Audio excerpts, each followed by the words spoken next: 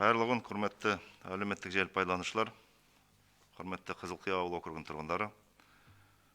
Бүгінгі тікелей эфирде күн тәртібінде Қызылқия ауыл округінің 2020 жылы әкімінің 2020 жылы атқарылған жұмыстары бойынша баяндамасын тыңдайтын боламыз.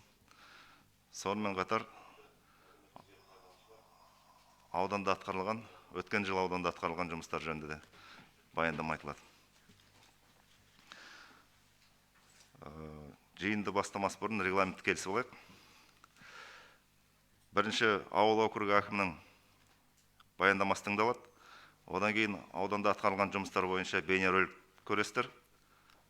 Одан кейін мен қысқаша баяндама жасаған соң сұрақ жауапқа көшетін боламыз. Осы тәртіпте жұмысымызды бастаймыз. Олай болса сөз Қызылқия ауыл округінің әкімі Нүсенов Асан Серікұлына беріледі.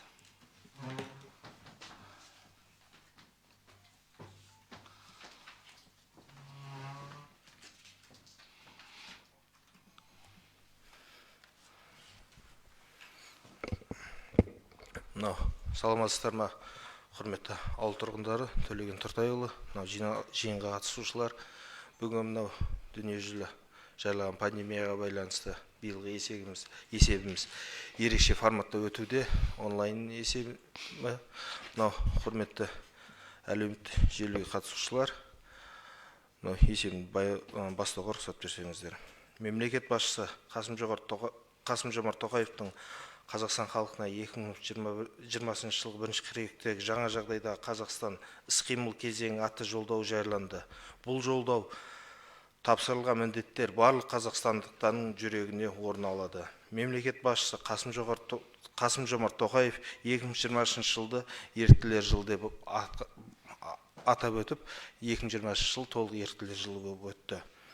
Қызылқия ауыл округінде карантин шараларына пандемияға қарсы үлкен жұмыстар атқарылды. Аудандан құрылған мобильді топпен жұмыстар жүргізіліп, рейдтік шаралардан 6 азаматқа айыппұл салып, мемлекетке өндірілді. Бізге жыл басынан бері 70 хаттамалық тапсырма түскен, оның 38-і толық орындалды, 30-і тұрақты бақылауда, 2-і орындалу үстінде. Және де ауыл округінде барлығы жеке және заң тұлғалардан 165 өтініш кеп түскен, оның 157 өтініш қанағаттандырылды, 8 өтініш иесіне жазбаша жауап берілді, 2 өтініш иесіне жеке қабылдау барысында түсіндірілді, 2 өтініш заң тұлғалардан кеп түсті, заңдылығына қарай толық жауап берілді. Қызылқия ауыл округінде 5 елді мекен бар, 1680 отбасы, 11413 халық тұрады. 2019 жылмен салыстырғанда отбасы саны 1,1%-ға, халық саны 1,3%-ға өскен. Ол бізде Қызылқияда Тұғыртас, Айнатас, Қызылқия, Ынталы, Қызылсеңгір елді мекендері. Жалпы салық түсімдеріне келсек, жер салығы бойынша бізде 2020 жылға жоспарлаған 781 мың түседі деп жоспарлағанбыз, 805 мың түсіп, 103,1%-ға орындалды. Мүлік салығынан 134 мың түседі деп жоспарлағанбыз, 140 мың 500 түсіп, 104,8%-ға орындалды. Жеке тұлғалардың автокөлік салығынан біз 2020 жылға 6 миллион 656 мың теңге түседі деп жоспарлағанбыз. Ол 10 миллион 270 мың 500 теңге түсіп, 154,3%-ға орындалып отыр. Табыс салығы 1 миллион 216 мың теңге жоспарлағанбыз, 1 миллион 335 мың 400 түсіп, 109,8%-ға орындалып отыр. Ал ауыл шаруашылық саласына келсек, Қызылқия ауыл округі жалпы ауданымыз ауыл шаруашылығына бейім аудан. Биылғы 3 жақты келісімшартпен жалпы ауданнан берілген межелерді орындау барысында ауыл округіміз ауыл шаруашылық алтын күз мерекесінде 2-ші орынға табан тіреді. Алдағы жылдарда бұдан да жоғары орындарға жұмыс жасайтын боламыз. Ал жалпы ауыл округінде 19.135 гектар ауыл шаруашылығы жері бар. Оның 9.125 егістік, оның ішінде суғармалысы 5206, 57%-ын құрайды. 3919 гектар тәлім егістік, 3945 гектар шабындық, жайылым 6065 гектар құрайды. Осы жерлерді 640 шаруа қожалық, 14 өндіріс кооператив, 22 жауапкершілігі шектеулі серіктестігі тіркелген. Егін шаруашылығына келсек, ағымдағы жылы ауыл шаруашылық бөлімінен егістік жерді игеру тапсырмасы бойынша 3 жақты келісімшарт құралған. Сол 3 жақты келісімшарт негізінде 7220 гектар егіс игерілу тапсырма берілген. Бүгінгі таңда 7617-де 82 гектар орындалып, 105,5%-ға орындалып отыр. Жалпы 3 жақты берілген тапсырма 5 тапсырма бар. 4-еу толықтай орындалды. 1-еу ірі қара мал басын импорттау бойынша аналық ет бағытын. Бұл әлемде жүрген пандемияға салдарынан шекара жабық болуына байланысты орындалған жоқ. Қазіргі таңда 2021 жылға орындалатын тапсырмаларды диверсификациялаудамыз. Егіс көлемін нақтылай келсек, 2020 жылы күзіздік бидай 22-де, орташа өнім 22-де 5 центнерден, арпа 16-да 8 центнерден, дәнді жүгері 23 центнерден өнім алынды. 2020 жылға жаңбырлатып суғару әдісімен 400 гектар тапсырма берілген, 100% толығымен орындалды. Ол біздегі Қараша агро жауапкершілігі шектеулі серіктестігі Балтаев атқарушы директор Балтаев Жандостың арнайы суғару үшін, жаңбырлатып суғару үшін 3 техника алдырған, соның есебінен орындап отырмыз. 2020 жылы аналық ірі қара мал бас тұқымын түрлендіру қатысу үлесін арттыру бойынша тапсырма 1132 бас болған. Бүгінгі таңда 175%-ға орындадық, яғни 1985 бас орындалды. Мемлекет тарапынан жеңілдік берілген жанармай бойынша 258 тонна берілген. Жалпы 248-де 5 тонна алып, 96-да 3% орындадық. Ол көктемгі егіс 100%, күзгі егіс 93-де 3% болды. Кейін мемлекет тарапынан берілетін минерал тыңайтқыштар, ол бірнеше жыл болды. Ол шаруаларды білет, шаруалар жеке РЦП ключ арқылы қолдау KZ сайтынан алынады. Оны тағы да айтып өтейін, әр шаруа өзі жеке тапсырсаңыздар болады. Ал мал шаруашылығы бойынша бізде ірі қара мал 4749 бас, қой 21680 бас, жылқы 2040 бас, құс 2499 бас.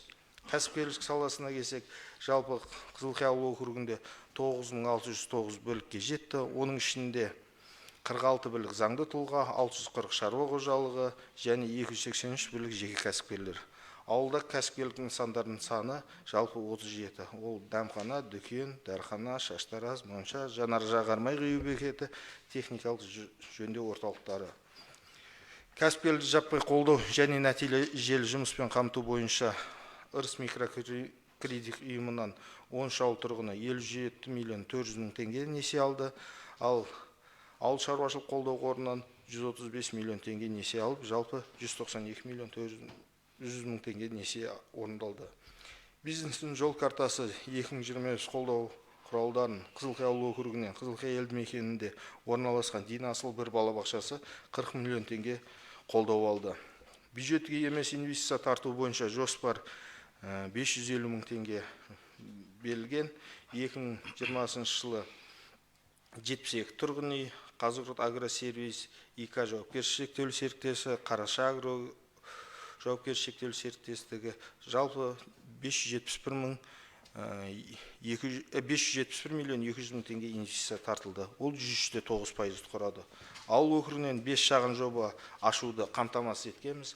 Ол толығымен орындалды. Атап айтқанда Айнатас елді мекен дәстүр мейрамханасы, жеке кәсіпкер Мәмбеталиеваның 1,5 мың бастық мал қорасы, жеке кәсіпкер Құрбанбаевтың 150 бастық мал қорасы, Қызылқия елді мекен Райхан ана мейрамханасы және жаңа табыс шаруа қожалығының 0,5 гектар жылыжайы. Тапсырма 100%-ға орындалды. Ал 2020 жылы жүргізілген құрылыс жұмыстарына келсек, бізде 2020 жылы Амалов, Дүйсебай Болыс, Әшербаев, Ұшан Сақұлы, Ғани Мұратбаев, Тоқтамысов, Жібек жолы, Мәмбеталиев, Сақбаев, Керімқұлов, Құлтаев, Жүнісәлиев, Сегізбаев көшелерінде жалпы 13 көшеде ауыл ел бесігі жобасы аясында 447 миллион 606 мың теңгеге 10,8 километр асфальт жол, 23-те 475 метр жарықтандыру жүріп, ауылымыздың көп көшелері инфрақұрылым жол жарық оң нәтижесін беріп, әзір таңда жақсы болып қалды. Ал аудандық бюджеттен Ғани Мұратбаев көшесі 2950 метр, мердігер Таған жауапкершілігі шектеулі серіктестігі қаралған қаржы 51 миллион 267 мың. Және де Ынталы елді мекенінен Маликов көшесі 1520 метр, мердігер Шымкент Торстрой 22 миллион 747 мың теңге қаралды. Одан бүтін ауылымызда Ынталы елді мекенінде көптен бері аудандық маңызы бар көпіріміз апатты жағдайда еді. Ағымдағы жөндеуден өткізіп 11 миллион теңгеге құрылысшы жауапкершілігі шектеулі серіктестігі әзір таңға дұрыс ауыл тұрғындарының көңілінен шығуда. Айнатас елді мекенде Бауыржан Момышұлы мектебі, мердігер Тас Строй ЛТД 15 миллион 130 мың теңгеге ағымдағы жөндеу жүргізілді. Айнатас елді мекенінен 110-дық мектеп құрылысы 2020 жылы басталып, биылға 2021 жылы ауыспалы кезеңмен құрылысы аяқталу күтілуде. 110-дық мектеп құрылысы басталды. Айнатас екі елді мекенде бұл да ауыспалы кезеңмен 2019-2020 жылдарға түйік жауапкершілік шектеулі серіктестігі бұл әзірге айтылып отқан жерлер біз анау жаңбыршы дейміз, Айнатас екі елді мекен дейміз, сол жерге толық электр желілері тартылды. Және де Қызылсеңгір Тұғыртас елді мекеніне ауызсу жүйесіне ауыспалы кезеңмен 2019-2020 жылға Асат құрылыс жауапкершілігі шектеулі серіктестігі 221 миллион 660 мың теңгеге ауызсу жүйесін тартып, толығымен 2020 жылы жұмысын аяқтады. Әлеуметтік сала келсек, 2020 жылы аз қамтамасыз етілген отбасыларға төленетін атаулы әлеуметтік көмек алу үшін ауыл округінен аудандық жұмыспен қамту бөліміне 318 отбасыға құжат тапсырылып, жалпы 83 миллион 898 мың теңге қаржылай және әлеуметтік пакеттер тағайындалды. Ауыл округінде аз қамтамасыз етілген отбасыларға демеушілер есебінен 1 миллион 940 мың теңгелік азық-түліктей және заттай көмек көрсетілді. Ашылған жұмыс орындарына келсек, мына слайдтан көре аласыздар. Жалпы әлеуметтік жұмыс орындары 135%-ға, жастар практикасы 117%-ға, шағын несие алғандар 173%-ға, гранттық қаржыландыру 100%-ға, тұрақты және уақытша жұмыс 103%-ға, ақылы қоғамдық жұмысқа 100%-ға, жұмыспен қамтудың 20-21 жылдарға арналған жол картасы 100%-ға орындалып отыр. Білім саласына келсек, ауыл округі бойынша 4 жалпы орта мектеп, 1 бастауыш мектеп бар. Жалпы бұл жерде 336 мұғалім, 2429 оқушы тәлім алуда. Мектепке дейінгі тәрбиеге келсек, 6 балабақшамыз бар. 6 балабақшада 915 бүршілін тәрбиеленуде. Денсаулық саласына келсек, ауыл округінде 1 дәрігерлік емхана, 3 ФАП, 1 медпункт бар. Қызылқия дәрігерлік емханасында 5 дәрігер, 32 мейірбике халыққа қызмет көрсетуде. 2020 жылы 12 айда 13 миллион 875 мың 968 теңге дәрі-дәрмек халыққа тегін берілді. Спорт саласына келсек, ауыл округінде 10 спорт алаңшасы бар, 2 типтік спорт залымыз бар. Қызылқия елді мекенінде Төлеген Тұртайұлы әлеуметтік желіде қатысушылар, Сәйкен Сейфуллин мектебінде 36 миллионға ауылымыздың тұрғыны атамыз Жармахан Айтбайұлы кіші футбол алаңы, кіші футбол баскетбол алаңы, стрит воркаут және де балалар жүгіретін жолақша салып берді 36 миллионға. Әзір Сәйкен Сейфуллин мектебінің үлкен көркіне айналып қалды.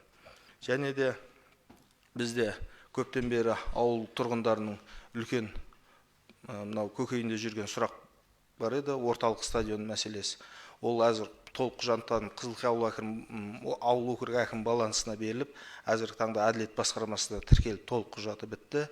Алдағы жылы бюджетке немесе сенімгерлікке басқару арқылы жұмыс жасайтын боламыз заңдылығына қарай.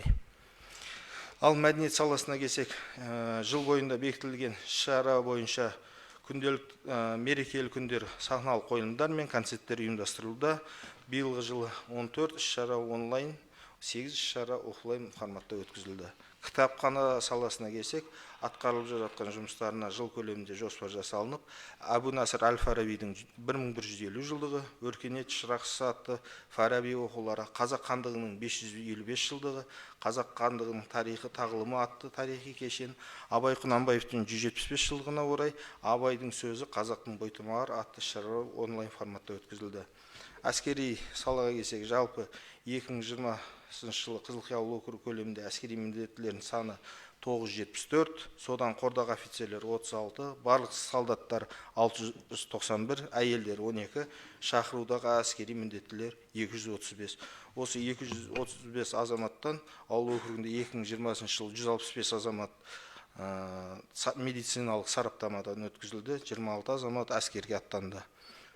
Көріктендіру көгалдандыруға келсек, 2020 жыл көріктендіру көгалдандыру бойынша біршама жұмыстар атқарылды. 2020 жыл наурыз айынан бастап ауыл тұрғындарының арасында еріктілермен бірге сенбіліктер ұйымдастырылды. Тұрғындардың тұрмыстық қалдықтарын жинауға арнайы техника жүргізілуде, тұрмыс қалдықтар жиналуда.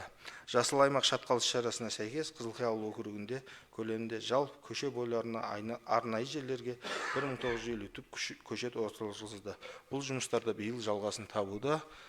Тыңдағандарыңызға рахмет. Мен баяндамамды аяқтадым.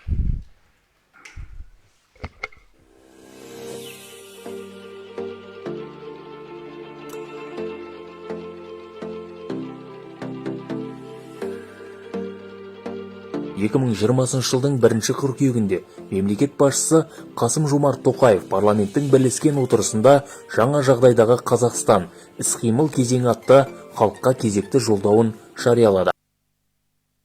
Бағдарламалық құжатта еліміздің дағдарыстан кейінгі кезеңдегі дамуы, экономикалық және әлеуметтік мәселелерді шешу жолдары көрсетілген. Мемлекет басшысының жолдауында берілген тапсырмалары ауданда жүйелі түрде орындалуда. 2020 жылы Қазығұрт ауданының маңызды әлеуметтік экономикалық даму көрсеткіштері оң деңгейде болды. Экономиканың басты көрсеткіші жалпы өңірлік өнім өткен жылы 132 миллиард 86 миллион теңгені құрады. 2019 жылдың тиісті кезеңмен салыстырғанда өсім 1% құрады.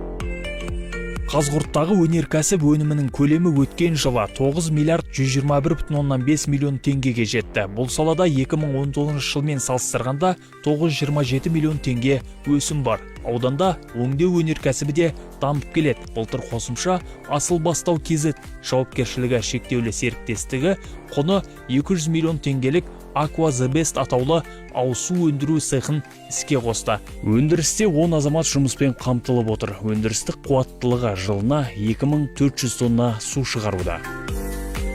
Қазығұрт ауданы экономикасының басым бағыты ауыл шаруашылық саласы. Бұл салада 46 миллиард 188,3 миллион теңгенің өнімі өндірілді. Өсім 109,8% құрады. Егіс көлемі өткен жылы 4102 гектарға артты. Қазір аудандағы егістік жер аумағы 88,629 гектарға жетті.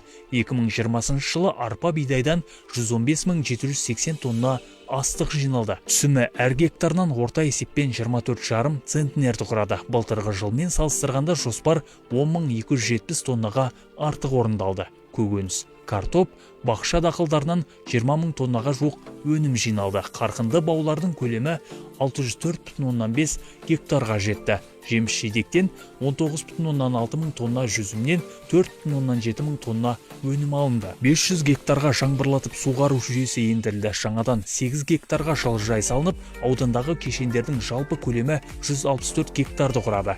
Бүгінгі күнге жылыжайлардың 2 айналымнан жалпы 40,400 тонна өнім өндірілген. Өткен жылдың ерекшеліктеріне қарамастан біз аудан экономикасы негізгі көрсеткіштерде жылдағыдай өсім байқалып отыр. Біз өткен 2020 жылда жақсы көрсеткіштермен аяқтап отырмыз. Әсіресе біз ауыл шаруашылығы саласын айтып өтуіміз керек. Осы ауыл шаруашылығы саласында өткен жылдың қорытындысымен өндірілген өнім көлемі 46 миллиард 188 миллион теңгені құрап отыр. Оның ішінде 28,2 миллиард теңге мал шаруашылығының үлесі болатын болса, 17,2 миллиард теңге егін шаруашылығының үлесі. Егін шаруашылығына келетін болсақ, өткен жылы 88 мың гектарға жуық егін егілді. Астықтан гектарынан орта есеппен 24,5 центнерден өнім алынып отыр. Қарт Қазғұрт тауының баурайында мал саны көбейді. Өткен жылы шет елдерден асыл тұқымды 552 мал әкелінді. 2020 жылы облыс көлемінде өткен Алтын күз 2020 ауыл шаруашылығы мерекесінде Қазғұрт ауданы диқандар мен шаруалардың қажырлы еңбегінің арқасында астық өндіруші Озат аудан, ет өнімдерін қайта өңдеуден Озат аудан, агроөнеркәсіп кешенінің даму бағдарламасы көрсеткіштерін орындаудан Озат аудан номинациясы бойынша жүлделі бірінші орынға ие болды. Сондай-ақ облыс көлемінде Сапа 2002 жауапкершілігі шектеулі серіктестігі Озат астық өндіруші номинациясы бойынша Қарқын 2030 жауапкершілігі шектеулі серіктестігі Озат ет өндіруші номинациясы бойынша жеңімпаз атанды.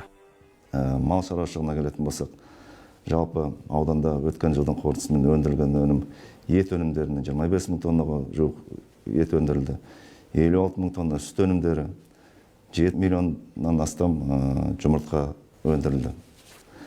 Жалпы ауданға тартылған инвестиция көлемі 15 миллиард 329 миллион теңгені құрап отыр.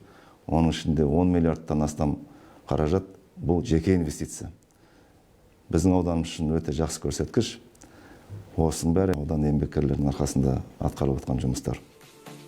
Қазғұрттықтар бюджеттік салықтық саясатта тиімді жүргізіп келеді. 2020 жылы аудан бюджетінің көлемі 26 миллиард 879 миллион теңгені құрады. Бюджеттің 81% немесе 21 миллиард 879 миллион теңгесі әлеуметтік салаға бөлінді. Жергілікті бюджетке түскен салықтар мен басқа төлемдер 2 миллиард 57 миллион теңгені құрады. Межеленген жоспар 11%-ға артығымен орындалды.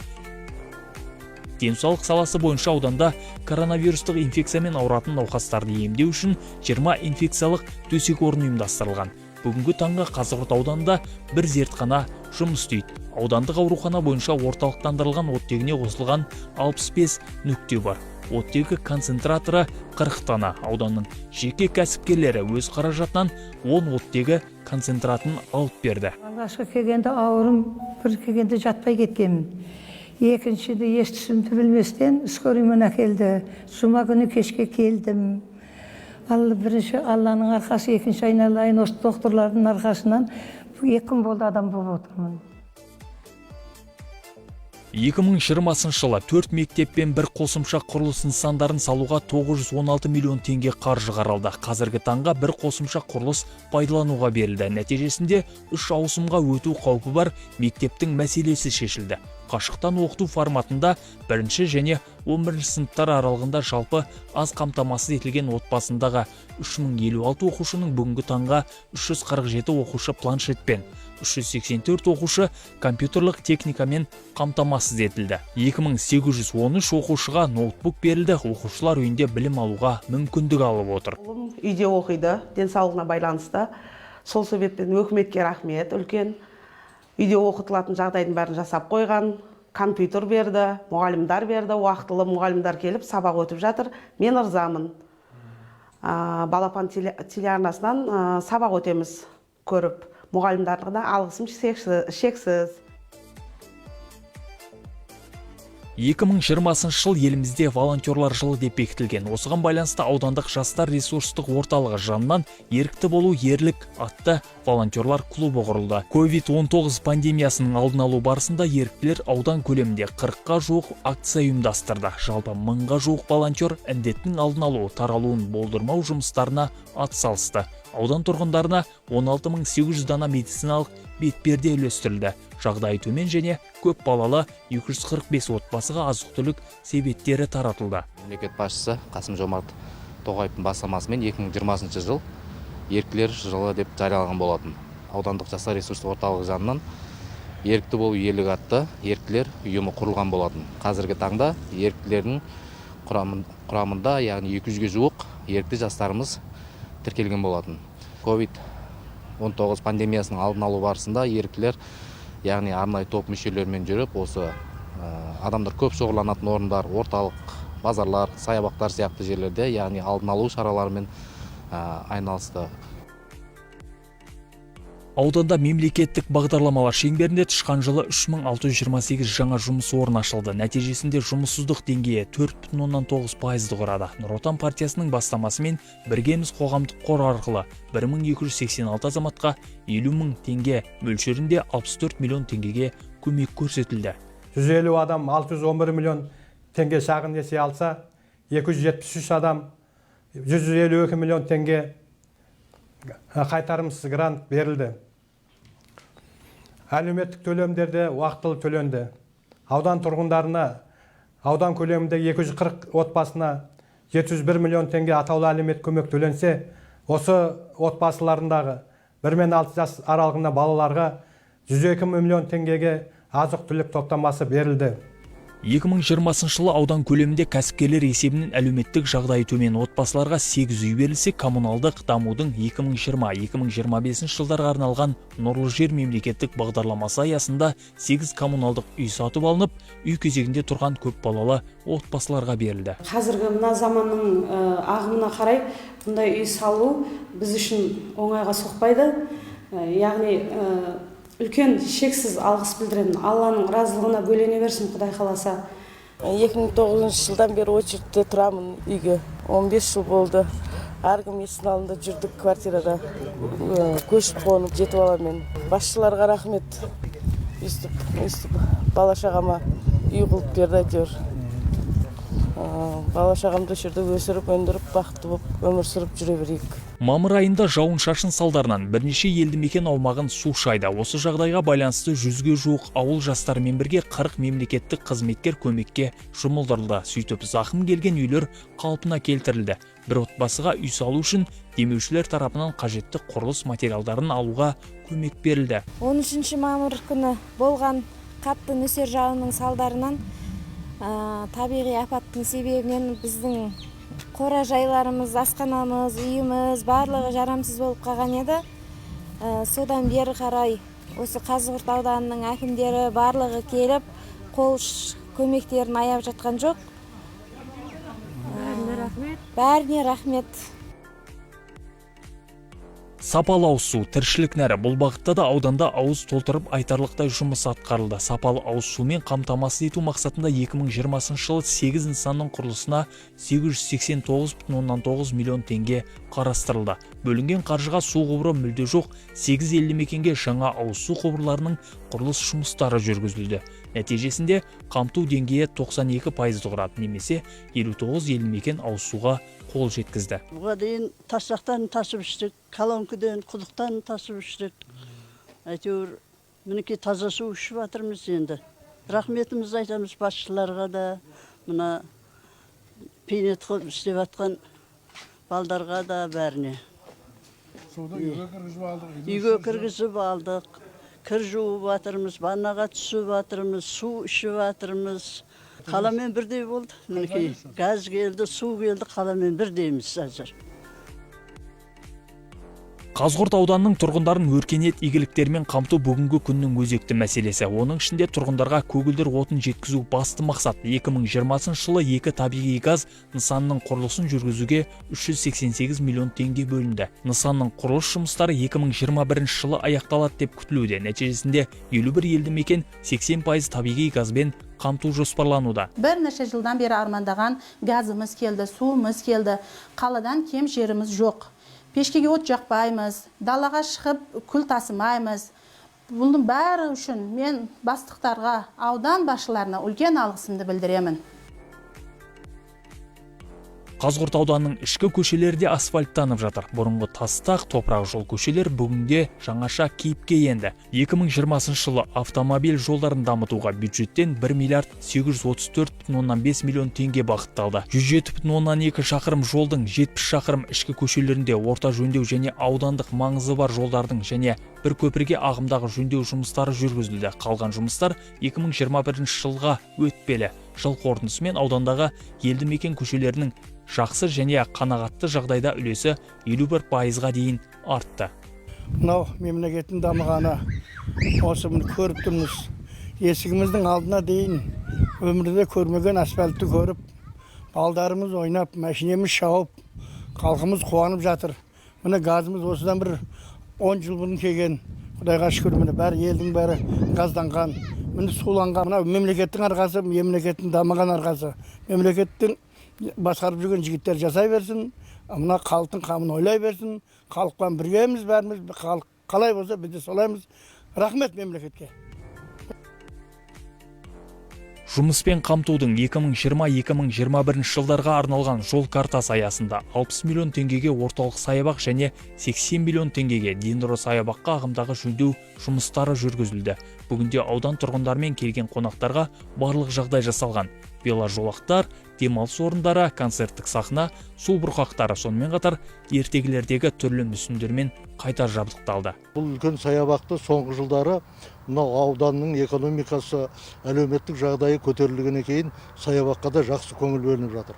Міне қазір веложолдар салынып, жұрттар демалатын жолдар, осындағы мынау түрлі ашық концерт залы барлығы да жөндеуден өткізілді.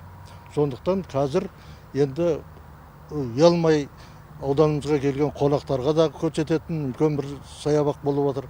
Сондықтан осы саябаққа келіп барлықтарыңызды шақырамын. Әсіресе жаз кезінде демалуға болады осында, мінекей балаларды алып келіп ойнатуға болады. Өткен жылда Қазығұрт ауданда жүргізілген жұмыстардың бір парасы осындай. Атқарылған шаруа аз емес. Қазығұрт ауданда инфрақұрылым жүргізу, өркениет игіліктерін қолжетімді ету жайы басты назарда тұр.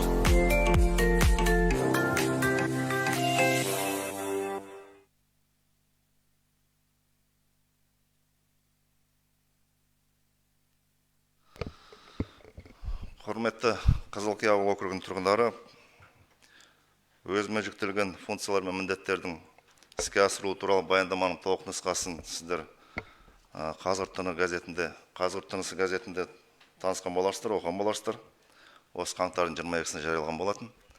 Енді ол баяндаманы қайталамау үшін мен негізгі тезистерге тоқтап өтсем, сонымен қатар мына ауданымызда, оның ішінде Қызылқия ауыл округіндегі атқарылатын жұмыстарды айтып шықсам. 2020 жылы Қызылқия ауыл округіне 1 миллиардқа жуық қаржы бюджеттік инвестиция тартылды.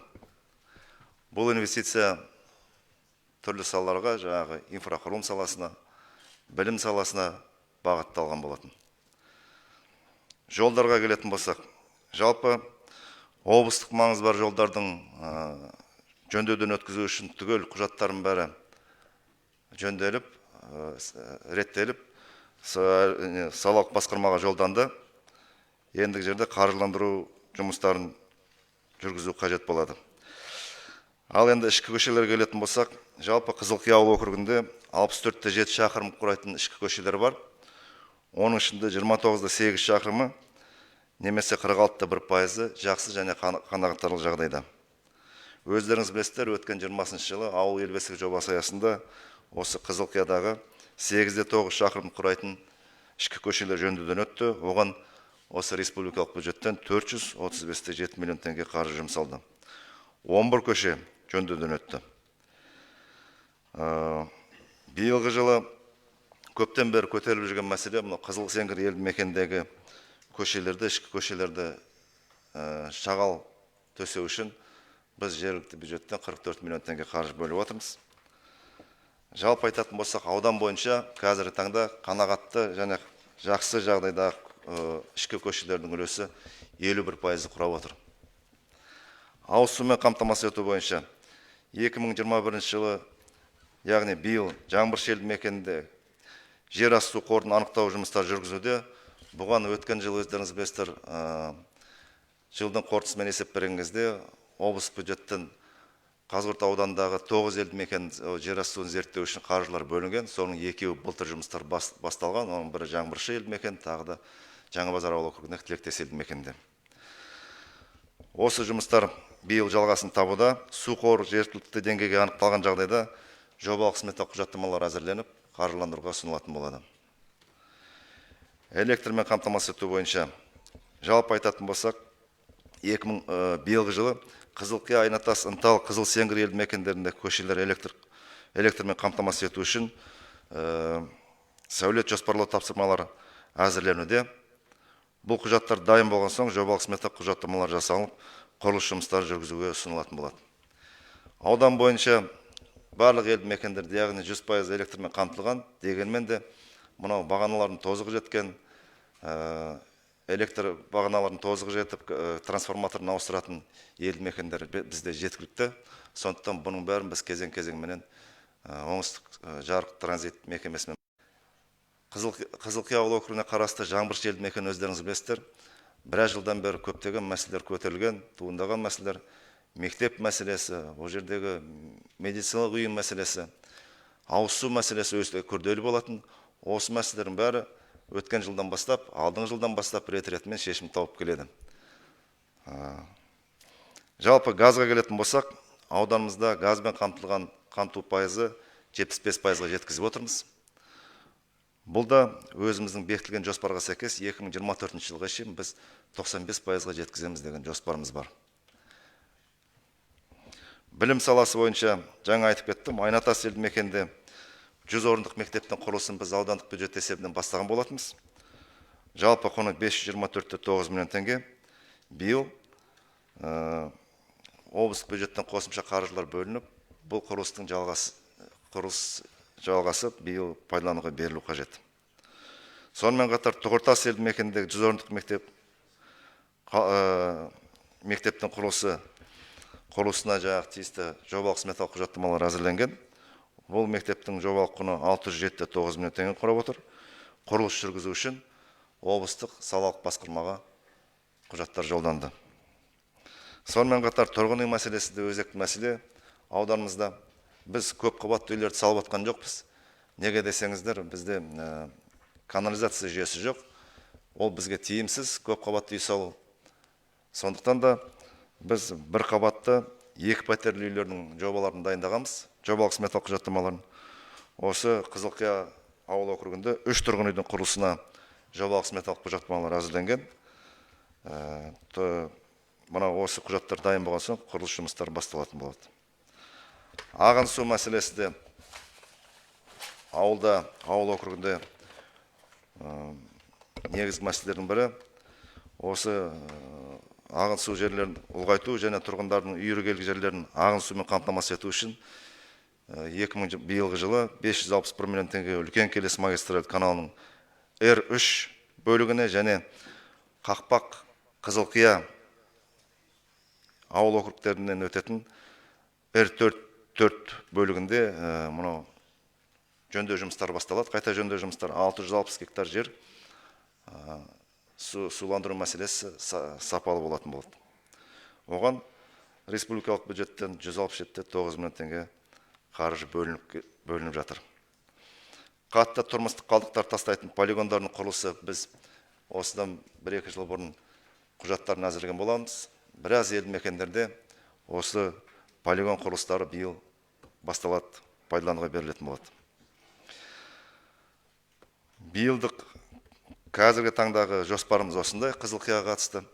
Ал енді жыл барысында қосымша қаржылар бөлінген жағдайда республикалық облыстық бюджеттен сонымен қатар өзіміздің мынау бюджет қаражатын қарау үнемделген қаржы есебінен қосымша жұмыстарды атқаратын боламыз. Мен қысқаша баяндамам аяқталды. Енді сұрақ жауапқа көшсек.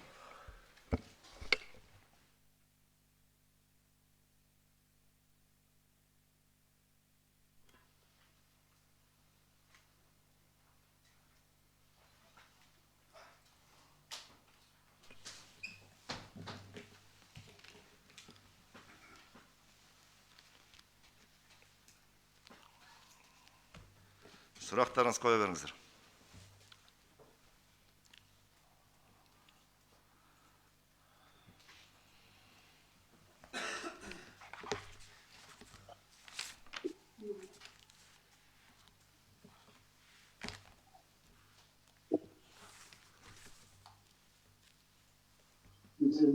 Айта беріңіз, естіліп отыр.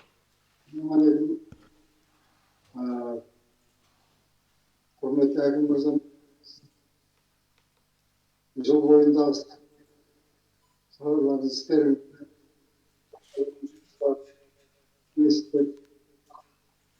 енді мен тек өзіме істерін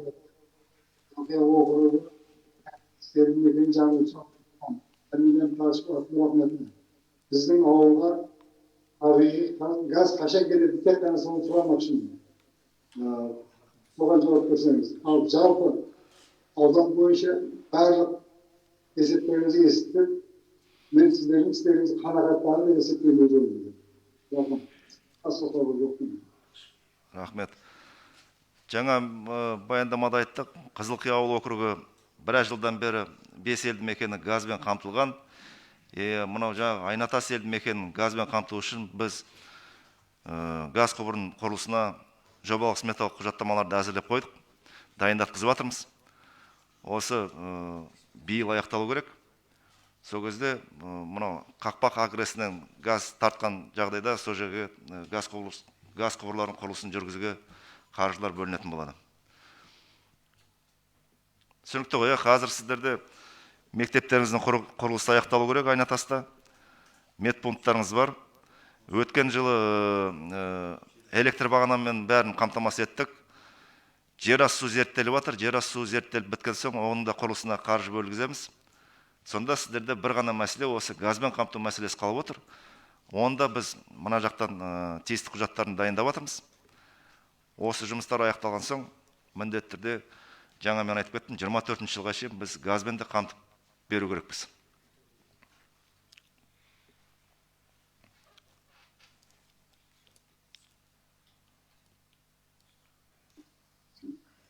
Ассалаумағалейкум.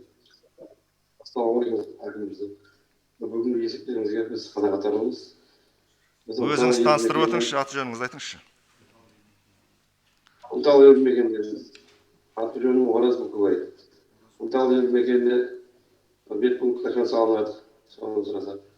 Ынтал елді мекенінің айналасында жайылым жерлерді қайтаруына көмектесеңіз. Түсінікті. Осы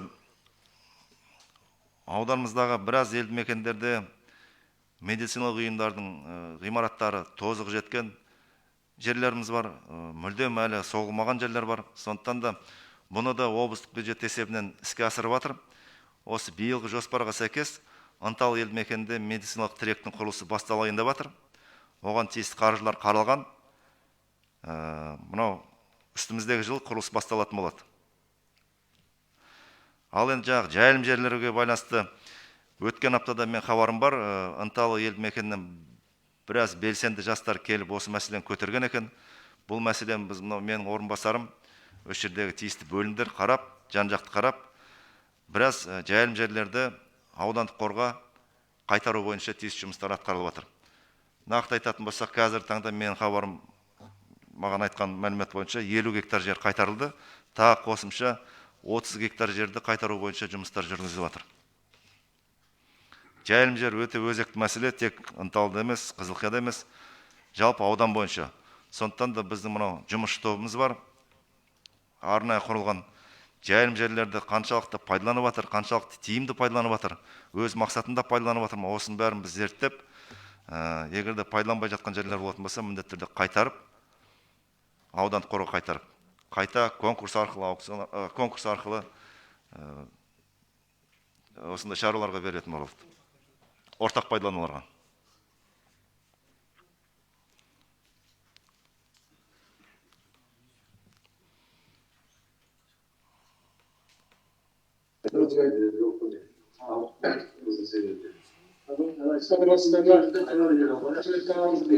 Аудан әкімі, Қызылқия ауылының әкімі, екеулеріңіздің де берген есептеріңізді тыңдап, қанағаттанып отырмыз. Мынау мен Қызылқия ауылының тұрғыны Тасболатаев Бердалы. Мынау аппетит тамақ ішкен кезде келеді дегендей, небір жаңалықтарды көріп жатырмыз. Көшелерімізге асфальт құрылып жатыр, көшелерімізге жарықтар келіп жатыр. Қуаныштымыз. Рахмет. Онда да болса айтайық, мына біздің таза су мәселесі жөнінде. Біздің Қызылқия ауылының орталығында бұрын ертеректе жерасты су шыққан, таза су шыққан. Одан кейін жақын арада бір 30 шақты жылдың ішінде тағы да сол жерден су шығарамыз деп су шығарған қысқаша. Ол су керекті жағдайда емес, таза болмастан шығып, сол күйінде қалды. Одан ешкім сұраған жоқ, не істедің, не қойдың деген жоқ, біз сол күйінде қалды. Осы мәселені әзір біздің суымыз, мына айна тас елді мекенінен 3 метрден артық жерден келеді, оны жоғары ғана шығарады, оны төмен ғана түсіреді дегендей су уақытылы келмейді. Енді біздің сұрайтын дегеніміз осы суды қайтадан көріп берсеңіздер, мүмкін болатын болса сол суды шығарып берсеңіздер деген өтінішім бар. Рахмет, есептеп қанағаттандым. Түсінікті сұрағыңыз. Иә, сапалы ауыз сумен қамтамасыз ету мәселесі біздің басты назарымызда. Судың сапасына келетін болсақ, бізде арнайы мекемеміз бар, таза су мекемесі. Осы таза су мекемесі мамандары барып, жағын зерттеп, көріп, қорытындысын бізге береді. Соң шешім қабылдаймыз. Тағы да бір екінші мәселе бар. Осы Қызылқия ауыл округінде осы суға қарайтын сол жердегі жауапты маманды анықтау қиын болып жатыр. Сондықтан егерде осы ауылдың билері бар, ардагерлер кеңесі бар, сол жақтан бір осы таза су мекемесінде істейтін бір қызметкерді тапсаңыздар, жауапты қызметкерді. Себебі су пайдаланушы абоненттердің төлем ақысы төленбей келеді. Судың да сұрауы бар, өздеріңіз білесіздер. Пайдаланған суға ақша төлеу керек. Осының бәрін қадағалайтын, бақылап жүретін сол жердің бір контролер болу керек. Жаңағы айтқан мәселеңіз мен өзіме жазып алдым. Мына таза су мекемесі де осында отыр. Қандай шешім қабылдаймыз, қалай оны қалпына келтіреміз, ол бойынша қосымша сіздерге айтылатын болады.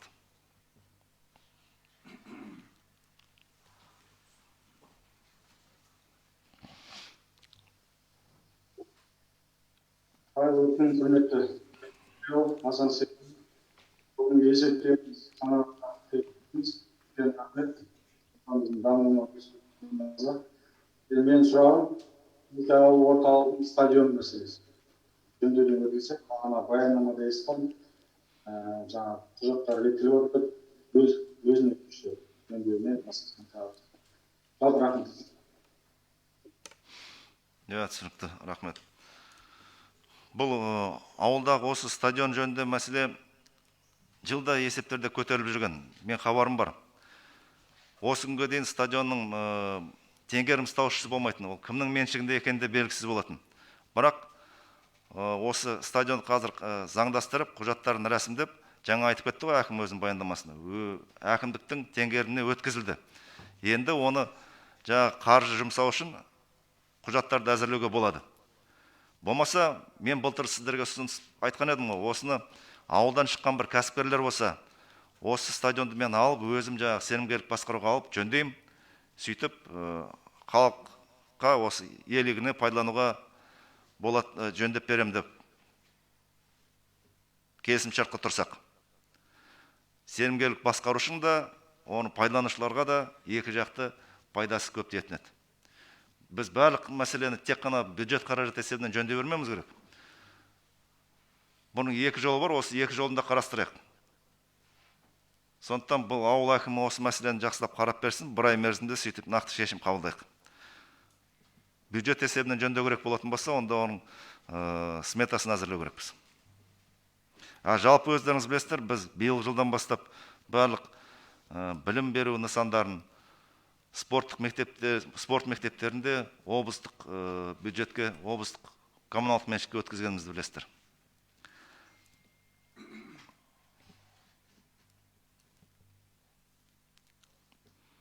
Тағы да сұрақтар бар ма? Ассалаумағалейкум. Жүрген Зұқтайұлы. Айтып қанағаттандық. Біздің қоятын сұрағымыз асылай біздің табиғи газымызбен ауылымыздың жолдарымыз жөнделмеген. Қазіргі көшкенімізді жүріп болмайтын болып жатыр. Қазір жағдайдың бәрін оқушыларымыз вообще жүрмей қалып жатыр. Қайсы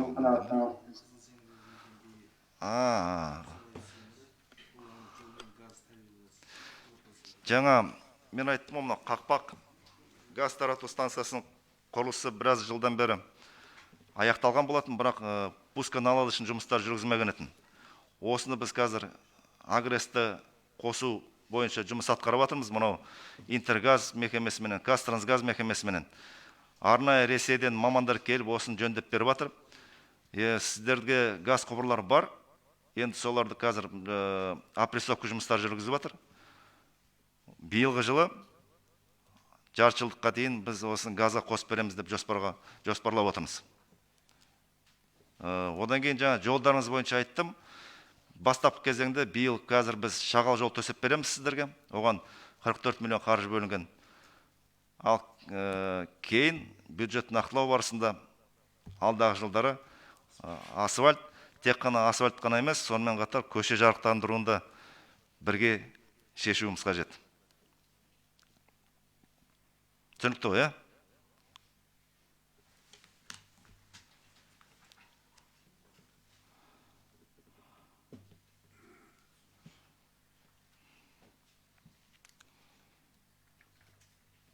Тағы сұрақтар бар ма?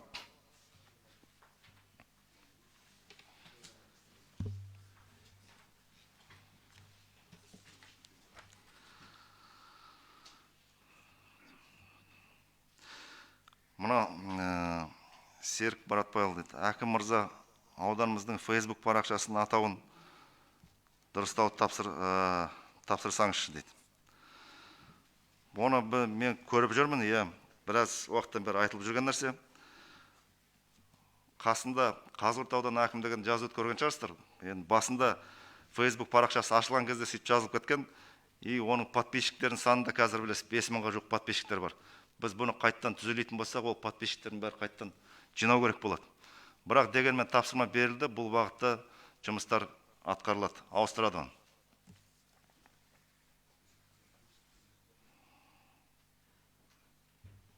Түсінікті ғой,